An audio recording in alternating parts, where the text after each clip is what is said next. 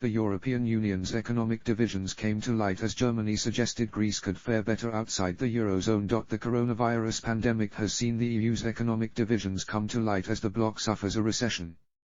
Throughout 2020, leaders negotiated a recovery fund worth over £500 billion designed to stimulate the economy.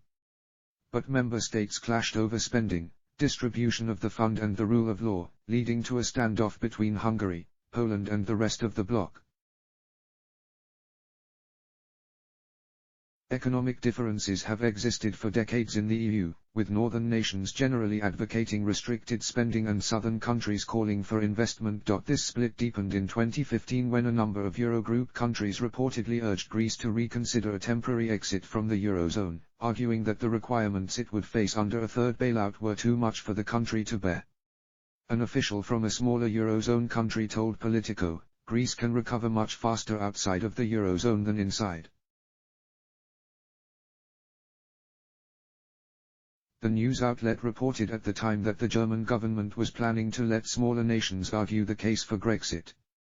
Then German Finance Minister Wolfgang Schäuble said at the time that a temporary Grexit may be the better path for Greece.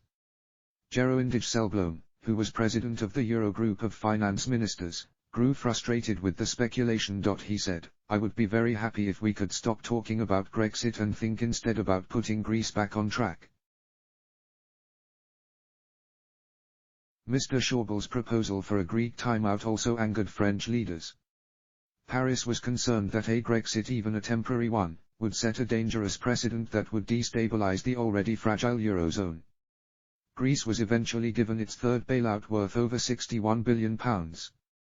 The Greek financial crisis erupted in 2009 when the worldwide recession of 2008 triggered further weakness in the Athens economy. Some argue that the crisis was worsened by Greece's membership of the eurozone because its monetary policy was restricted and labor more costly.